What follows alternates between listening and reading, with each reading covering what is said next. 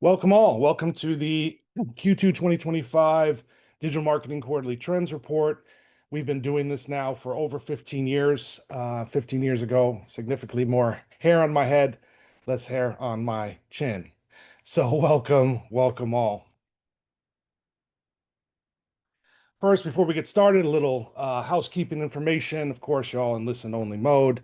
If you have any questions, our colleague Julia is here. She can answer them. Te Generally, 9 out of 10 questions are technical issues. If you have any issues, what we found is just start, click off of Zoom and then restart the webinar. It tends to clear up any issues. The number one question after that is, will we get the slides? They're already up. You can, in fact, Julia, thank you, Julia. She just put a link to the slides there. And next week, you'll see the report. So the goal of the quarterly trends report has always been to help marketers make sense of what's going on, connect the dots, and use Skai's big, vast data set across paid search, retail media, and social advertising to try to paint the picture of what's going on and help you adjust your campaigns and the way you think about what's going on in the industry accordingly. And the report goes deeper into this analysis, offering tips, tricks, recommendations, suggestions on how to use the insights and the nuggets of wisdom that you can find out of this data set for your own needs. Hello, my name is Josh Dreller. I'm the Senior Director of Content Marketing here at Skai, and I'm joined by Mr. Lee Dunbar. Lee, how you doing? Good, good. So glad to be here. And tell us about your role at Starcom. Yeah, so I lead the retail media practice at Starcom here in Chicago. Excellent. And Lee will be co-piloting this and giving you all a lot of great information from the field as he sees it, as he helps guide his clients and his team in the choppy waters, which can be retail media. For those of you that don't know Skai, although I'm sure a lot of you are already clients, we are the omnichannel platform for performance advertising focused on commerce media. Through our platform, you can get access to all sorts of great inventory, Amazon, Apple, Facebook, Meta, Google, all sorts of things. Check us out at skai.io if you'd like some more information. And if you like this research, you can find a lot of our research. We do a lot of this stuff. You can head over to the Skai Research Center. As you can see the URL on the page. We do these quarterly trends reports, surprisingly every quarter. We also do consumer surveys, marketer surveys, custom research, and our State of Retail Media report, which this year was our fourth annual, the longest standing retail media survey of marketers in the industry, and we'll be doing it again next year. Before we get into the report, there is some third-party data. I will point that out when that happens, but really the bulk of what you're going to see comes from our data set, which is an analysis of 15 months of digital advertising spend performance across the three channels, as I mentioned before: retail media, paid search, social advertising. This is same store sales analysis, meaning only advertisers that were present on the Skai platform across those 15 months are included. That's over 1 trillion ad impressions, nearly $8 billion in spend, and over 8 billion clicks. So we have a pretty good view across regions, across industries of what's going on in commerce media. All right, where are we going today? So first, we're going to talk about commerce media, give you kind of the long-term trends and overview. And then with retail media being the keystone to commerce media, we'll do a deep dive there. We'll also include Prime Day, which technically isn't Q2, but it happened close enough, and we think there's some really great insights in there for you to know and how you might use that data for the rest of the year to plan things out. We will touch a little bit on search and social, and then we're going to do something special that we've never done, and we'll see this in every QTR moving forward, and that's a section on AI. I mean, it's no surprise that AI is the biggest disruptive technology we've seen since probably the, start of the internet, or even our cell phones or broadband access. And so we're going to be checking those trends and tracking those trends across time. So it's going to be a new section for us, new territory, and hopefully really help you understand specifically about commerce media and how AI is impacting that. There's so much to learn and know about AI. we're going to get laser focused and talk about how it's impacting the channels that probably make most sense to you. And then we'll close the book on Q2. We'll look ahead. We'll look at Q3, Q4, and of course, the second half of the year always ushers in the annual budgeting exercise. We'll give you a couple nuggets from Q2 and the year already to help you do that. All right, let's get started. Before we jump in, let's just touch on a few news and notes you might have missed. We know a lot of you are busy. Marketers are probably one of the busiest groups of people on the planet. You might have missed a few of the interesting milestones that happened or that were announced. First of all, streaming viewership eclipses traditional TV. 20 years ago, this would have been incredibly hard to even fathom, and now it's a reality. Although there's been, of course, reports and economic certainty, we've seen that turn the corner a little bit, and we're starting to see digital advertising just continue to move forward. And not only that, but it's predicted this year that 73% of the global ad market will be digital. Lee, what's your thoughts on seeing this milestone? I mean, it's easy to take for granted, especially as a consumer, right? Of course, we should be spending digital. That's where my attention is. But yeah, over the last decade, it used to not be that way. So I think having this arrival to a significant majority of the dollars is pretty powerful. And I think it speaks to a challenging environment, right? We talk about fragmentation in retail media, but I think we can't keep our eye off the ball to say that yeah, there's fragmentation in media overall, and so many opportunities to get attention. Yeah, it's amazing. I mean, I'm a dinosaur in this industry.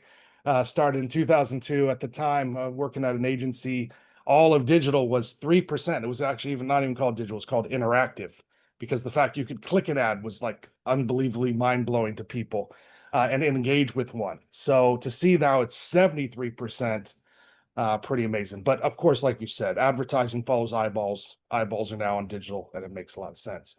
A few more quick things here. AI overviews been a big thing on Google. If you've been following the coverage, there's been a lot fewer clicks coming from the Google SERP than before. Some of it, of course, is because of the AI overview. So now that ads are going to be there, and we're going to start seeing those roll out more, makes a lot of sense for Google. Speaking of AI, some experts saying that over 40% and soon even 100% maybe will be either influenced by AI, help created by AI, or actually purely created by AI. I saw recently in the news, Netflix even said that they're starting to build scenes and special effects using AI video, which is no surprise. And then video, as we keep this, very important channel, sight, sound, motion keeps moving. The fact that YouTube Shorts crossed 3 billion daily views just tells us that this ad form or this media format is here to stay. YouTube is now as big a player, and this is, arguably TikTok and Instagram, and so we're going to see this even play out more as we go forward. So commerce media, as I've said before, we've been tracking this. If you've been following Skai content, we've been tracking the rise of commerce media now, which is the convergence of retail media, paid search, and social advertising. And as I was putting this deck, and Lee and I were chatting about it, it just kind of hit me that since I've been in the industry, marketers have been chasing cross-channel, chasing omni-channel, and tried many different times to kind of force this to happen. But here we are, arguably 5 years after really the main growth of retail media, and it's kind of happened organically. Commerce marketers have realized, hey, retail media opened up the opportunity to optimize the in-store experience. Think about it, this before retail media, marketers had to walk people to the store. Hey, we got a great product. It's an awesome product. And then imagine you have to stand outside as they go in, and they could be, influenced by all sorts of things. So the fact that retail media opened up this incredible environment for advertisers to help impact and influence consumers at closer to the point of purchase made sense then for paid search and social advertising traffic to be pointed to the retailers, and thus we have this kind of cross-channel phenomena happening organically right in front of our eyes. So maybe not the entire industry has gone through this, but certainly for product marketers or CPG marketers out there, this has become a boon, and we're just going to see this go more and more. Lee, your thoughts on I this? mean, it's kind of last few years have been a careful what you wish for moment. because as things converge, right, that means you have a lot more stakeholders. You're talking to, sales teams where you may have been used to as an agency, just talking to the marketers. And so it's a powerful world to be in when we're able to connect those dots. I also distinctly remember I am also an old man in advertising, telling creative agencies like, don't worry about the in-store piece. Like we just need, there's no way we're going to get a merchant to agree to that. And now it's like in some cases I can programmatically, get that story in the aisle. So certainly a converged world and a challenging world, but I think it's a privilege to have, the conversations that we do and across those silos. Yeah, and like you said, it's going to be bringing in a lot more competition, and things are going to get a little harder now that some maybe the retail media auctions are going to start to saturate more so. But actually, as we look across these trends, it's all gas, no brakes when it comes to retail media. If you look at this is our quarter over quarter trending from 2019, as you can see, the long-term trends for retail media just keep going up and up. Of course, it dips and spikes. Q4s, you're always going to see the spikes, and maybe quarter over quarter does this, does that, but still going very strong. Um, Lee, when you see this chart, just if you sit back, kind of squint, and just see the thing going up to the right, how do you think about that as a marketer? Yeah, I mean, I think there's certainly been a lot of conversation about is this the year that we finally, slow down a little bit and maybe there's some maturity that goes along with that. I'd say it's difficult to say double-digit growth is maturity, and that we're sort of stabilizing. I do think that we're all, especially on the retailer side, when it comes to selling, moving from, all right, I'm moving performance dollars that were sort of outside the retailer to performance dollars with the retailer. And now I think the last couple of years they've been really trying at this, but I think in some cases finally starting to succeed, in some cases because of their purchases, um, to get brand dollars to start to get at this. It just has to make economic sense, but I think it's a more challenging world to increase the dollars over time. The other thing going forward, even from the performance side, is we have to keep in mind that e-commerce still keeps growing in terms of the number of transactions we can target and to get into that world. And the sites themselves are getting more sophisticated, as we'll even talk about AI being used in some of these platforms, some of these retail platforms. There's so much opportunity, and the search results of today on Walmart look vastly different than what they looked like 8 years ago. A And lot, we have some, lot more. yeah, we have some information later that even shows how that is changing as we speak. If we look across the other two major channels of commerce media, paid search and social advertising, once again, same kind of thing, up and to the right. Sure, there are dips here and spikes, but overall, still very important, very valuable, and we should see this continue. And when you think about, digital is 73% of total global ad budgets, and then these three channels, social advertising, paid search, and retail media, now are something around three-quarters of total spend. You can see why commerce media is such a big juggernaut and why it's important to keep track of it. All right, retail media. Let's go ahead and look at what we saw in Q2 2025. As you said, double-digit growth. Really interesting here. And what do you make of that plus 16% clicks year over year as well? Yeah, I mean, I think to kind of speaks to some of the earlier point of, the clicks, the inventory and the people are growing alongside the spend or trying to keep up with it. Sometimes what we find is the investment goes to the channel, but there's not the nearly the amount of activity to target, the inventory to target. So really powerful to be able to see clicks start to, keep up with that challenge. I think the canary in the coal mine in this sense is just like, all right, let's keep an eye on click-through rate. Let's make sure they're actually quality engagements and that folks are actually, enjoy making, conversions and things like that. And seeing that click-through rate still maintain itself is great. I just think we'll have to keep an eye on ad load to make sure we're not overloading these sites to try to deliver on the demand that advertisers have. Yeah, I mean, with click-through rate and continuing to even go up. In fact, let's go ahead and look at it here. Click-through rate continues to go up. Clicks, as we said, are moving in conjunction with spend. It tells me that marketers still have room to grow. They're scaling up spend. Clicks are going along with it. CPC staying relatively flat, only 2% up year over year. I mean, that to me is music to my ears when I'm thinking about what marketers are doing and what they're doing right. They're spending more, even in the face of more ad load in on the retail platforms. They're able to maintain click-through rate, and this just still seems there's a lot of value and a lot of headroom left in this channel, even as fast as it's growing. Well, and I think more and more there's going to be a question of quality. So it's like, am I at the top of the results? Where am I? Looking at share of voice, looking at share of voice on key terms. So certainly a lot of headroom even from an analytics standpoint and making sure we dive into measures beyond what the retailer can do. Awesome. If we look at, if we dive into the quarter and break it up kind of quarter over quarter months, you see still, about the same, and a little bit, front loaded in April, kind of slower in June, but I would imagine some of that is just getting ready for the big deals that we saw and the big shopping events we saw in July. Core trends here, quarter over quarter. If you look at this table, you'll see the year over year, the Q2 numbers, that's the index of one. And so as we go forward, we see how that compares. So each one of these quarters is compared to Q1 in terms of the index. Although you'll see actuals on CPC and CTR. You'll see CTR is hovering above that 0.3% piece, which, like we said, even though there's more ads maybe on the page than there were before on the search engine results page, it's still showing up, which is great. And because we know the bulk of spend is against those search triggered ads, so that speaks directly to that. And CPC, like we said, still hovering around where it should be.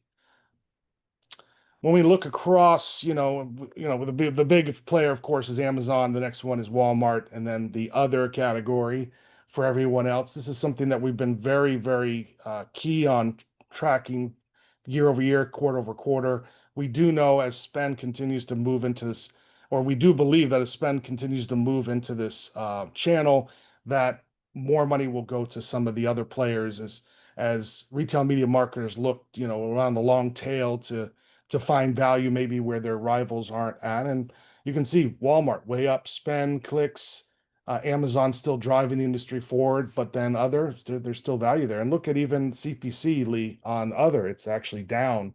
So there's still a ton of value on these other platforms, and we should see that kind of growing over the next 5 years. Well, certainly. I mean, you take a look at each individual retailer and what the SERP looks like, the search engine results page looks like, and what they're putting in there in the formats.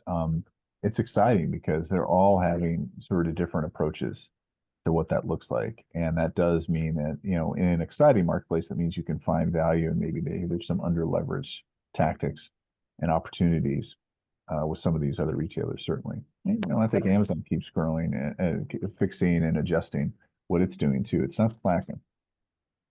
That's for sure. Across different ad types, we're seeing that mix change over time. Another thing that we're very interested in following, as my colleague Kevin Weiss says, full funnel is no longer just something people are thinking about or want. I mean, it's here. It's really reliant now on the retailers to provide more full funnel tools, more full funnel inventory, more full funnel ad formats and measurement in order to keep growing this mix. CPCs, as we said, kind of flat across years by format. We're going to make a change to the way that we report on DSP, and because it's not offsite only display anymore. But as you can see, pretty flat year over year, showing that marketers are doing a great job of scaling up spend and keeping costs low. When you look at the Amazon metrics, there's no doubt they kind of reflect the greater trends in terms of spend and clicks. They're the ones driving a lot of this forward. And ROAS across our site, I'll have you comment on this, Lee. I mean, ROAS is a weird, especially in aggregate. Uh, I'm sure, when I look at 595 ROAS, I mean, if you say to somebody who's not in this business, hey, for every dollar you spend, you make six, they might think that's good. Certainly, there's some advertisers out there that said, man, a 6 RS, I would be killing it. Then there's other people that would look at $6 RS and think, man, my program's falling over. What can we kind of glean from this maybe trend over time of the ROAS across all of our clients here at Skai? yeah, I think it's impressive. We're 20 minutes in and we haven't talked about incrementality yet. In most retail conversations, we get into it, and that's certainly everyone's gripe, right? With looking at distributed sales versus incremental sales. But day to day, it is it's a measure that's available. It's good to see, when and where it can be a proxy for what you're trying to do. And I think in this case, what we see here with flat is, seeing that CPCs have been remarkably controlled in a world where there's so much more spend and growth. I think in part because of the inventory and what's happening there, and there's some exceptions certainly to that case. I think that's certainly a driver of why you're seeing ROAS stay relatively flat. I think there could also be some aspects of like tail wagging the dog, where in some cases you may have sort of a rough benchmark of a ROAS that you're going in with and controlling and shaping your campaigns to make sure you hit that goal. And so I think, two sides to the coin, but I think it really speaks to how stable in some cases the CPC overall across industry has been for the last year or two. Again, exceptions to that rule, but Yeah, I mean, I can imagine there's a lot of stories within this one single ROAS and aggregate across all of our clients. It's for you to figure out, viewers at home, to figure out how this may impact you. But there's something to be said about this metric. I mean, the fact that across all of our clients, we're seeing this fairly steady, that to me is a good sign. So maybe for an individual advertiser, this particular benchmark might not be that interesting, the $5.95. But from an industry standpoint, to see that it's, staying where it is, pretty big deal. And the only big spike, of course, was Q4, and of course we know why, because conversion activity is just so much bigger. As we look into Walmart, we see more adoption of some of their other formats. Q4 certainly spiked the sponsored brands, but as we look across what was happening last year with sponsored products, sponsored brands, definitely more usage there. And they are certainly holding market attention. We're actually the highest we've ever been on the Skai platform in terms of our clients of of advertisers using Walmart sponsored brands. Why is this an important metric for us, or why do we follow this? Once again, sponsored products is where it kind of all started. That's a really bottom funnel. Somebody's looking for something right now. So the sponsored brands, while still a search triggered ad format, kind of speaks a little bit higher of the funnel that can help drive that bottom funnel activity. So to see that a percentage of accounts are moving more toward this, even though, as you can see, spend is where it's at. The fact that more accounts are using this format, trying out this format, is very interesting. I mean, the vast majority of our clients on Walmart are using sponsored brands format.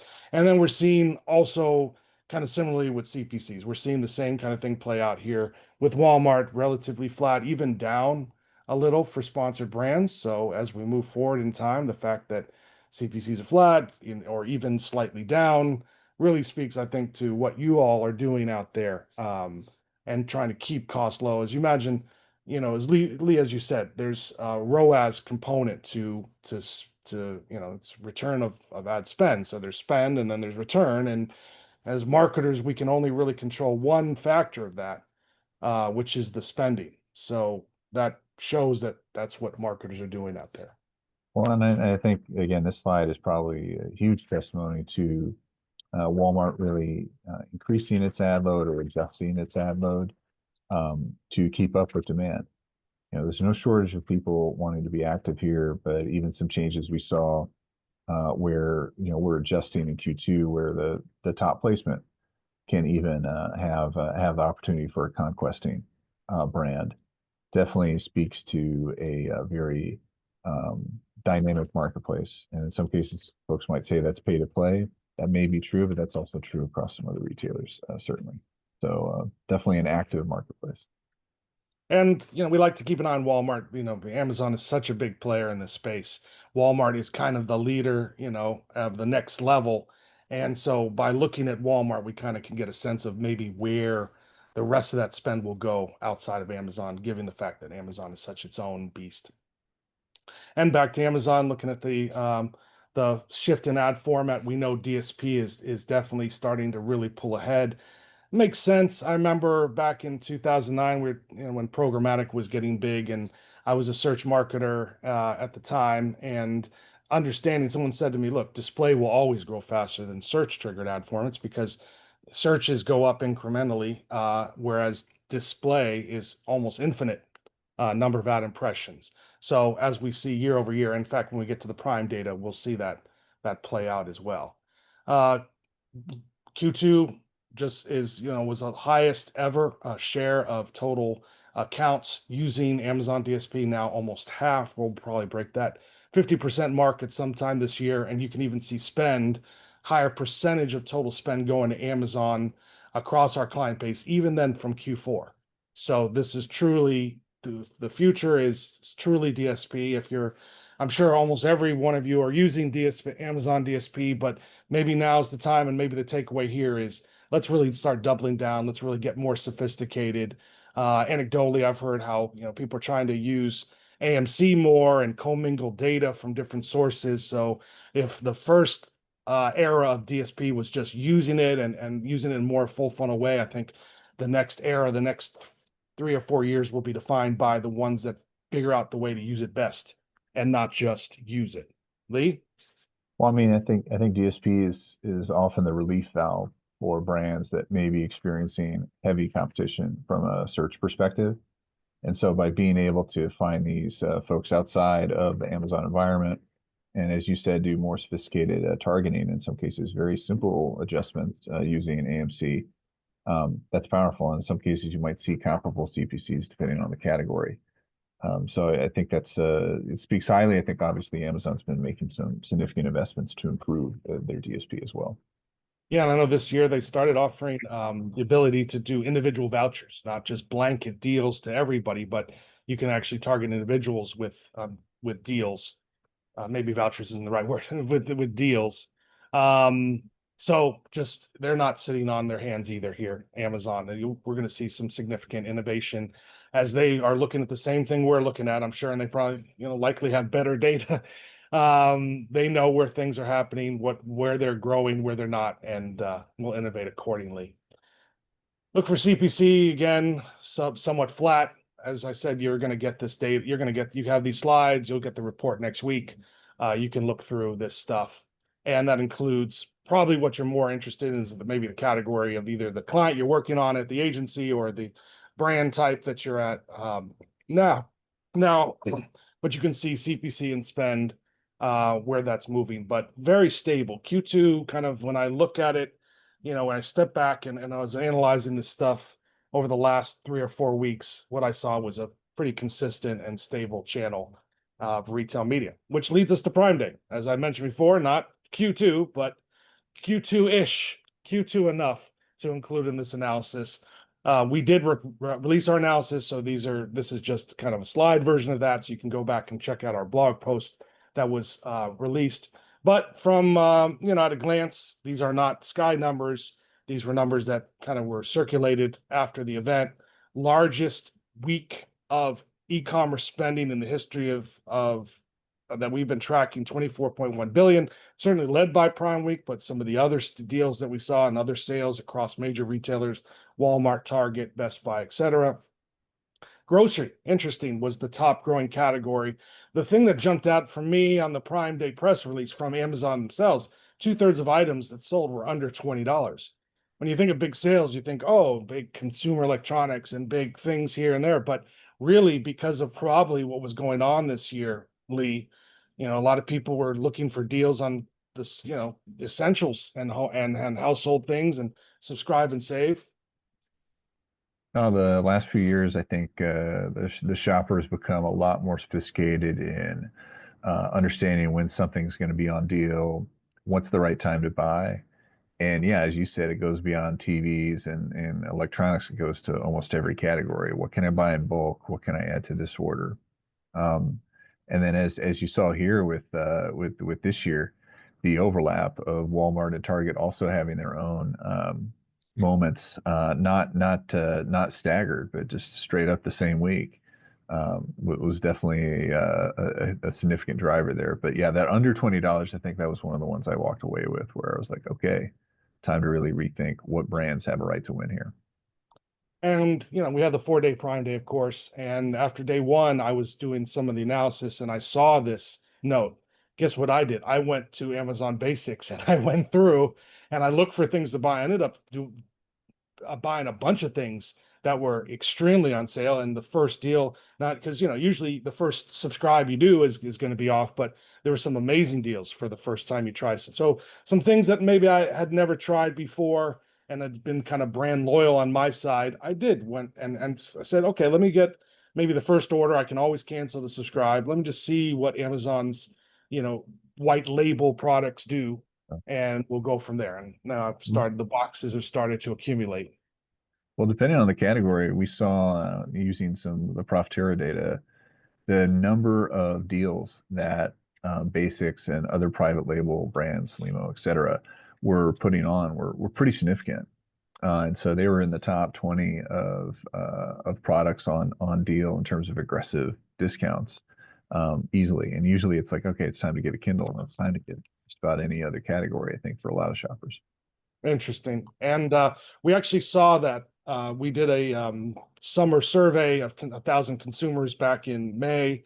And interesting, I wasn't, when I looked at the data, I was a little surprised that grocery and essentials was the highest lift for year over year in terms of interest, the consumers saying that they were going to be looking at or purchasing this year. And I almost thought maybe the data was skewed, and there we go. It was there. And maybe like you said, it's not necessarily that this year was a year for because people were looking for deals on grocery essentials. Maybe people are just buying more grocery essentials online. So of course, a big event like this will bring in more of those things. All right. So while we know it was the biggest Prime Day ever, Amazon said it, even advertising spend was highest. We weren't sure getting going into day four. It hadn't yet done it, but the thing that was very noticeable, and if you followed our LinkedIn posts and our analysis from last week, you'll see that this efficiency, if you compare the 3 years, 2023, 2024, 2025, lowest CPC, highest click-through rate. Once again, that's the magic when I was a hands-on keyboard marketer, dropping CPC, up in click-through rate. And click-through rate, while on display, when you only pay when someone clicks, it's one thing, but because of the search triggered, I'll keep going back to that. Search triggered. These are people that are actively searching, this is one-on-one stuff, but I'll get there. That are actively searching on these things to grab as many of them as possible with the higher competition, with the increased ad load. That just tells me that marketers are doing a really interesting thing. And don't know if the 4-day piece had something to do with this, Lee, but that's still really interesting to see. This maybe not mature channel, but maturing or still fast growing channel, the ability to control costs like this while you're even spending more, pretty interesting. Yeah, I mean, longer period of time, ideally you're going to have a little bit of some room to stretch your costs. So Yeah, and maybe some intra-event optimization that you couldn't do with a 2-day. We always do leading up, if you see our Cyber 5 coverage or our previous Prime Day coverage, we always look at the, year over year is interesting, but also the daily lift of the 30 days leading into the event, we think is pretty interesting as well. So spend 3x, clicks 2x, et cetera, et cetera. Everything's bigger. Interesting note, compared to previous years and the lift of the 30-day ramp up period going into Prime Day actually was lower. But I think that's because of the fact that there's just deals are longer. And while these big shopping events do bring people in, I mean, there's just deals 24/7, 365. So leading up, of course, marketers are going to try to boost a little bit of that visibility, understanding that people are going to do some research before they get into the event. But not a much bigger piece than the previous years. So while people were comparing day one to day one and day two to day two, we thought, okay, that's an interesting analysis, but what if we were to look at half and half? So day one, 2024 versus day one and two of day 2020 of Prime Day 2025, and then day two, 2024 versus days 3 and 4. And that's what we have here. And if you look, you see the metrics up, of course, as we've been saying, click-through rate and CPC. But the thing that really stands out here is that days 3 and 4 were pretty much flat in spend against day two the previous year, or second half of these events. But look at this, Lee. What is this? How can clicks be up 20% if spend is only flat? What it's kind of a little mind blowing or counterintuitive. Help me make sense of this. Yeah, yeah, I'm still trying to make sense of it. I mean, I think it is such a testament to so many advertisers wanting to, if I don't win that first day, that first or second day, then I should go home. You know, it's not worth it. And so I think there's a heavy up and front loading of your spend during these time periods, similar to when we talk about why it's important to keep your advertising on longer during the day, right? Like what's your cap out time? Because in that third or fourth day, that's probably where there was a lot of value in terms of there's less advertisers being active. Maybe they've ramped down either because they hit their goal or they're reducing because they're not pacing at the sales that they want. Or they just went for broke. You know, I've been tempted to do that of just like put it all on day one. And that way we can coast the rest of the promotion period. Yeah, So look, yeah. yeah, How's it and look like like to that the influence percent? Yeah, go ahead. Sorry. yeah. Oh no, Zooms. and to Judith's point here, yeah, exactly. As the CPC goes down, that means there's less players to fight there. So I think this is if I took one chart away for what do I need to do to prep for holiday, I mean this is it. This is the one that really I think illustrates what do you do with these longer time periods? Maybe you got to stretch it out and treat it like a marathon. Or, you have to save a little and spend more because it's very important to be at the front end, right? We know as Sure, marketers, if you're not in that sure. consideration set at the initial piece, it's very difficult to then break into that consideration set. So, individual advertisers, you know how you perform days 1 through 4. But yeah, being the first one, I think we're going to see a lot of insights and learnings from this one carry off to longer events. And who knows how long Prime Days will be uh, next year, year after, and so forth. And then DSP, we mentioned this when we were looking at Amazon DSP. This, if you look at spend year over year over year, I mean, growing faster than any other segment on Amazon. And if you look at the percentage of total share of DSP spending versus the other formats, 2023 less than 9%, single digits, all the way up to 15, almost double um, what it was just 2 years ago in terms of not, I mean, the spend is way up, of course, actual spend, but percentage of total share is up. And where is that coming from? Well, you can see sponsored brands is eroding just slightly, and certainly sponsored display is where some of that is coming because sponsored products are still full speed ahead. It's still an awesome ad format, but the middle and upper funnel mix, that's what's changing.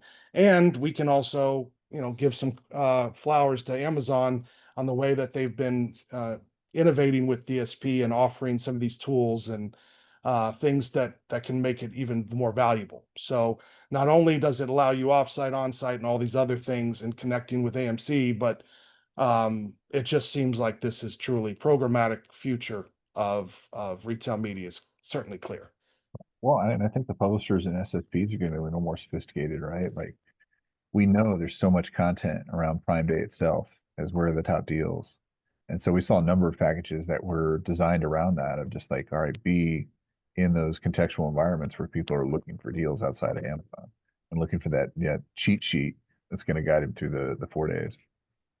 Saw a recent chart just a few months ago and said, Amazon DSP is either the second or third most used demand side platform. And we're talking about a technology revolution that happened, 2008. And the fact that Amazon could come in so quickly and gain so much attention as a leading DSP says a lot about the value here. And we'll be tracking this more as we go. All right, the other two channels, I mean, we could spend a lot of time on just search and social. We're trying to think about this more in the realm of commerce media.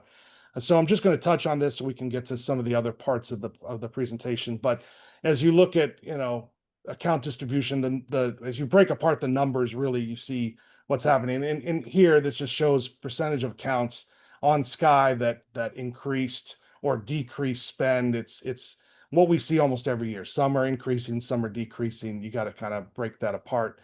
Search spending continues to be up overall, and the industry stuff, like I said, I'll let you all take a crack at that when you get the slides and you look at them more closely or the report next week. TikTok is you know been a major impact on social advertising here in the last few years. We saw the dip in spending last year because of some of the regulatory stuff that was happening around it. But as you see, percentage of total of our accounts just continues to go up and up, even from Q4 to Q1 to Q2. More of our clients are using TikTok, should break the 50% mark somewhere here. And then by industry, once again, you can look through the slides yourself and find that. So let's get to AI. AI is on everyone's mind.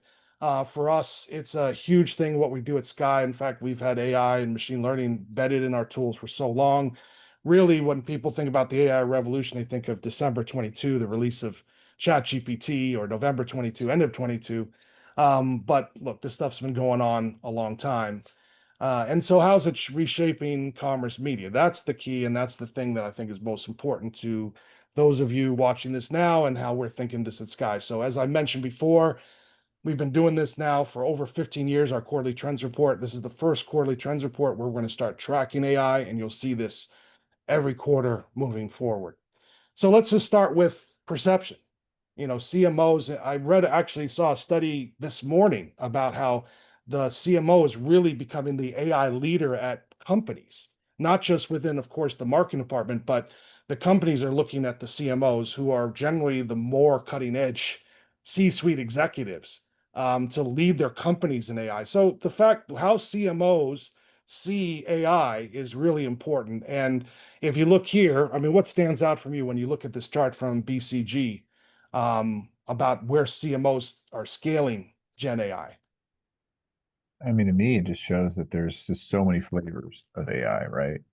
And it's easy just to use it as this block term, but I think now we're starting to get at more nuanced ways of carving it out. All right, am I talking about agentic AI? Am I talking about generative AI when I'm able to have multiple creative variants? Like there's so much opportunity. It's just getting really clear in your language about what's the number one. And in this case, there's not really a winner necessarily, right? There's so many things that outcomes that are possible, and I think the same is with the capabilities certainly. Yeah, when we're seeing this thing pop up a few years ago, the question was, where is it going to impact marketing? I mean, this shows everywhere. I mean, that's Yeah. the sum of the parts here.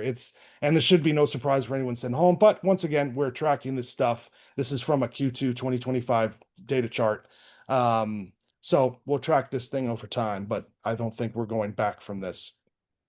Even looking at some of the publisher tools, we know, if you've been following the publisher announcements, Google Marketing Live, some of the other things that have been happening, certainly AI is deep in their minds in terms of AI tools and AI creation tools.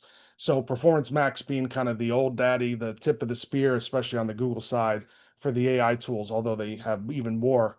Um,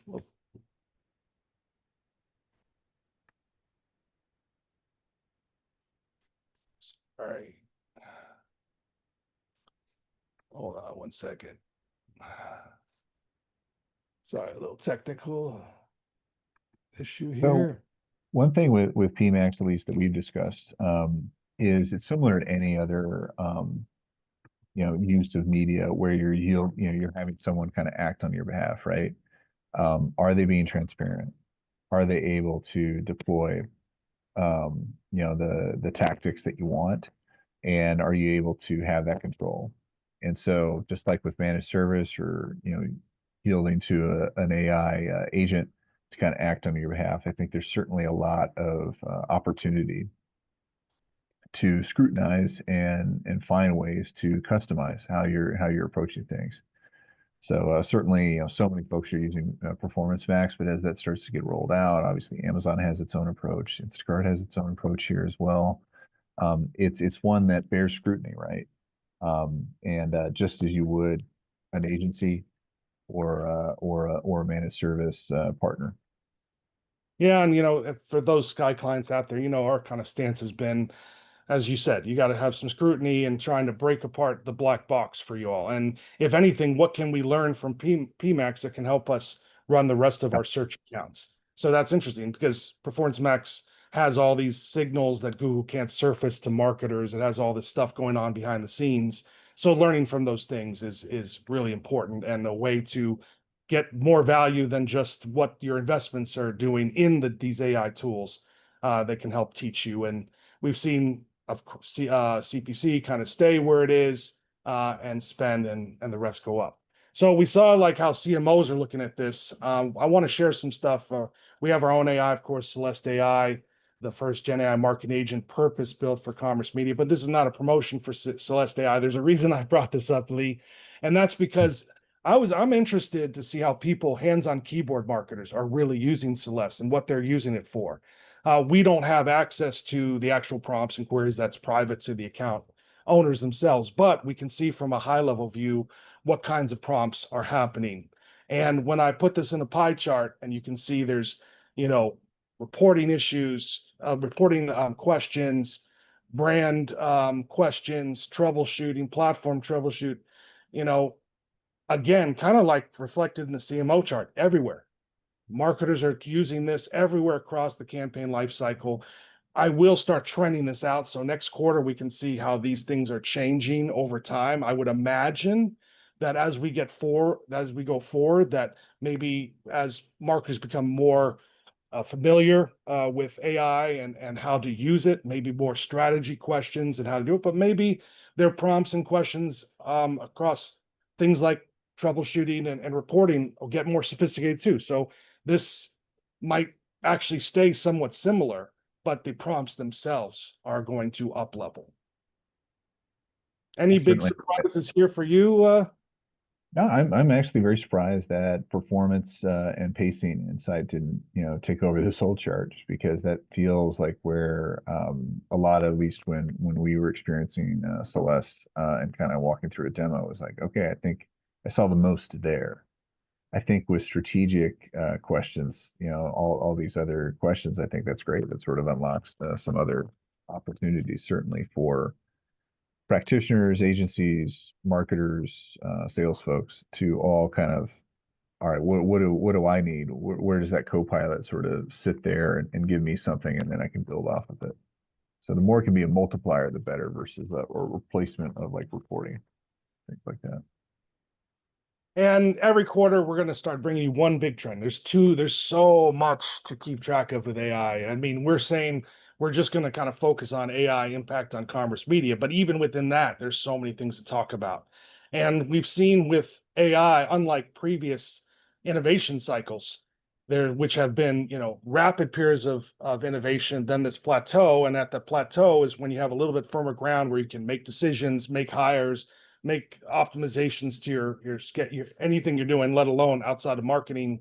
We're not seeing that with AI. In fact, there's no stopping point, and it's actually getting even faster as every part of AI is now being innovated and then converging together. But if we're going to focus on one each quarter, my colleagues and I, we put a bunch of things on the whiteboard, and we feel like this is the one. Personal AI assistance is the one to think about right now, and how that's going to change everything. Right now, people are just kind of using ChatGPT and others to suss out personal, purchase paths. Sure, there's going to be some adopters that are using personal AI assistants, but when you read all of the future thinking on this, people are going to be using their own AI assistant for almost anything. I mean, a real assistant that sits with you, understands your preference, understands what you do, what you're interested in, how you make decisions, not just an AI that you passively go to and then pull in when you need it, but that sits with you.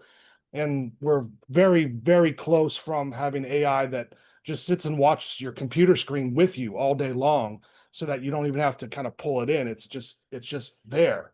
Um, and that's a major trend, because instead of just marketing to consumers, you're going to have to start marketing to consumers and their AI assistants, not just marketing AI, but their AI assistants. And we've already seen this. There's a great Walmart blog post in May that talked about this. Their CTO, which I urge you to go read this to kind of see where retail media's agentic future is happening. But what they said was that they're changing their website and app to handle this incoming traffic of more agents than people.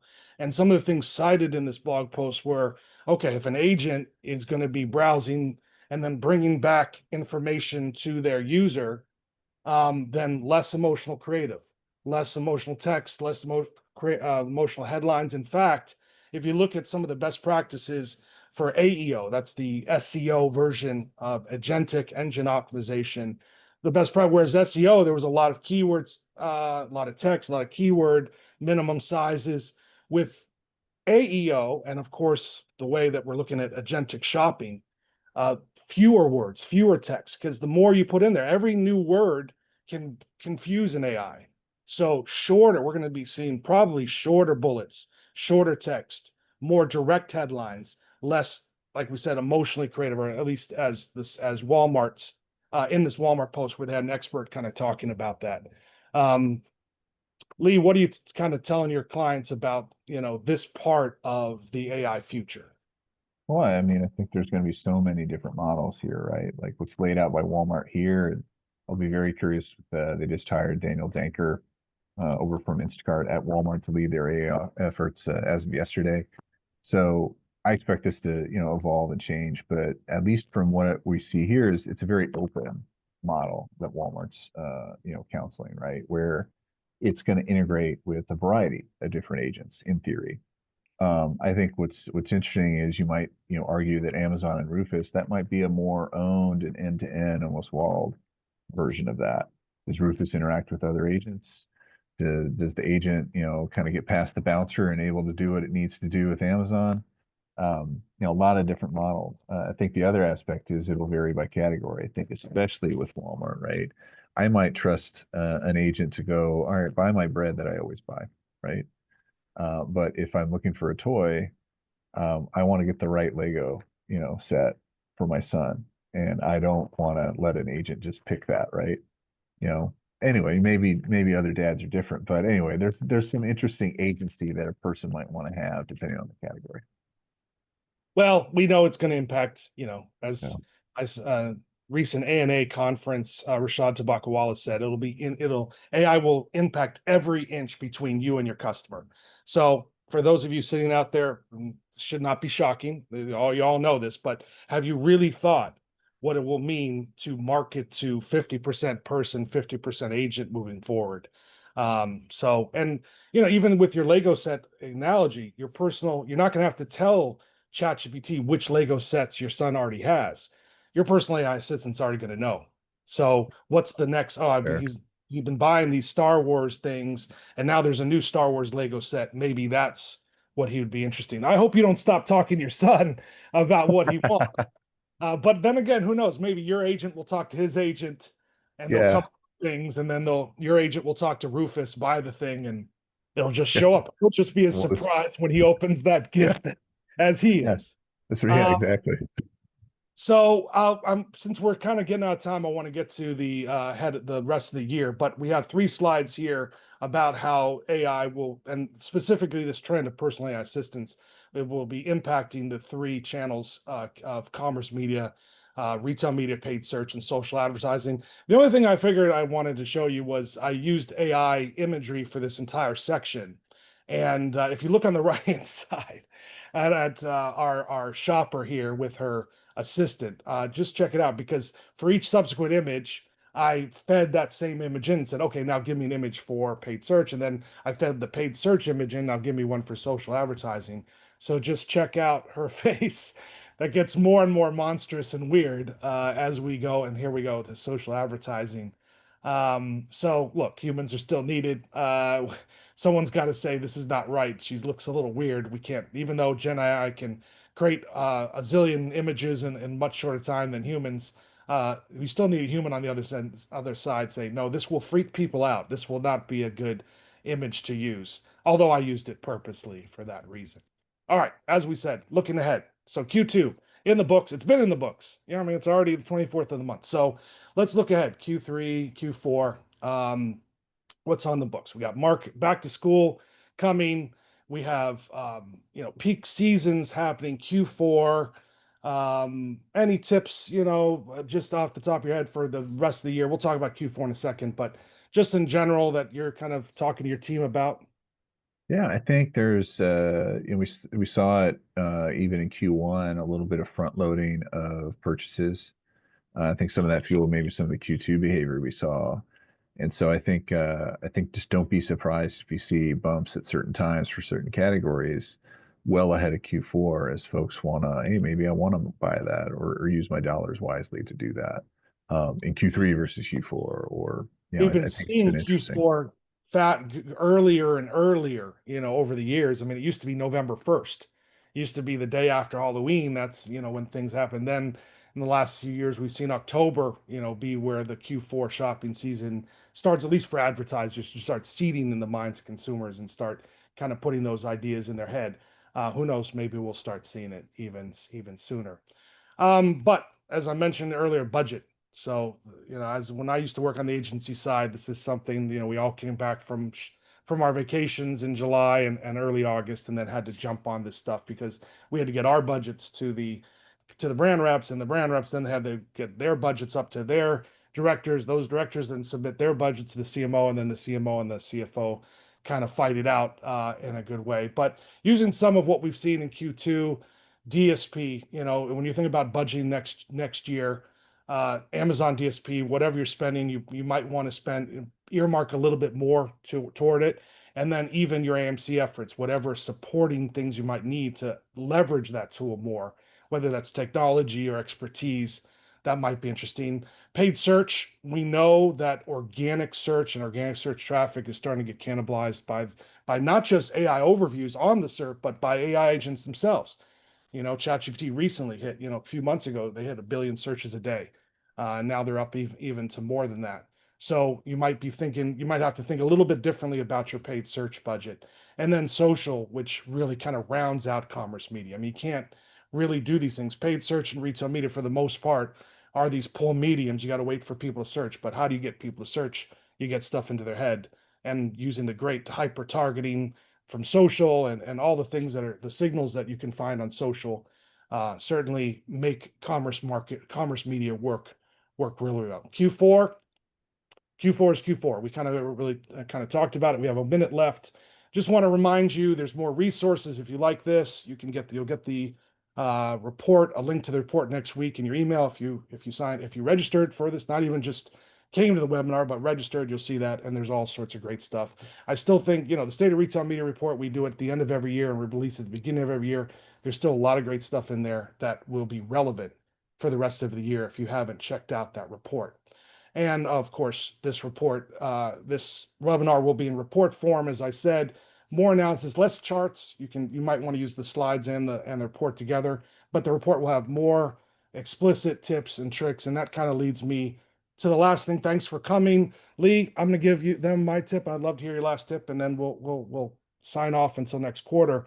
My tip, AI, AI transformation, how you're doing that at your company, you have to be mindful. You have to have a strategy. You can't just let it organically. If your, team isn't thinking about this mindfully and there's this true roadmap on how you're going to be using AI and et cetera, it's very important. And that means from top down, so leadership mandating things to keep the ball moving, but also not doing it in a way that puts the kibosh on your early adopters from the bottom up that are already using AI extremely well and influencing others around them. So a top-down strategy, a bottom strategy, but you have to have a strategy. A fail to plan is a plan to fail. Lee, let me give you the last word. Yeah, I'd say what's your day 3, day 4 strategy? What's your turkey 30 strategy, if we're thinking of very, very long terms. There's a lot of opportunity and hay to make later in promotional periods. Obviously, you want to strike early, but you also want to maybe keep a little bit of that powder dry for later in a time period where maybe there's less competition. So definitely proved out in that Prime Day report. So exciting stuff. And good luck, everybody. Yes, good luck, and we'll see you for Q3. Lee, thank you for joining me today. Everyone, thanks for coming. And like I said, keep doing what you're doing, and we'll see you in Q3. Cheers. Cheers.